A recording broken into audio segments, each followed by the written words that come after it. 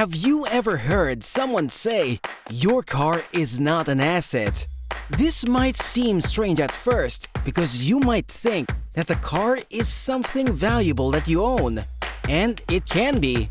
But when it comes to your finances, a car can actually be a liability instead of an asset. Let's break it down. An asset is something that you own that can make you money or increase in value over time. For example, if you own a rental property and collect rent every month, that's an asset. Or if you invest in stocks that increase in value, that's also an asset. On the other hand, a liability is something that takes money out of your pocket. This includes things like your rent or mortgage payment, your utility bills, and your grocery expenses. These are necessary expenses, but they don't make you money or increase in value over time. So, where does a car fit in? Well, if you use your car to make money, like by driving for a ride-sharing service or renting it out, then it can be considered an asset.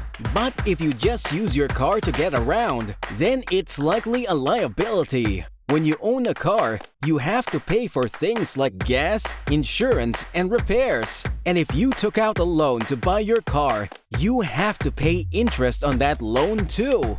All of these expenses add up and take money out of your pocket.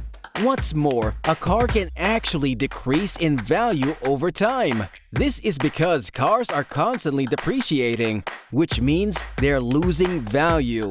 So if you buy a car for $20,000 today, it might only be worth $15,000 in a few years. This means that if you try to sell your car later on, you might not be able to get back all the money you put into it. That's why it's important to be careful when buying a car. If you don't need a car for work or to make money, it might be better to hold off on buying one until you can afford it without taking out a loan.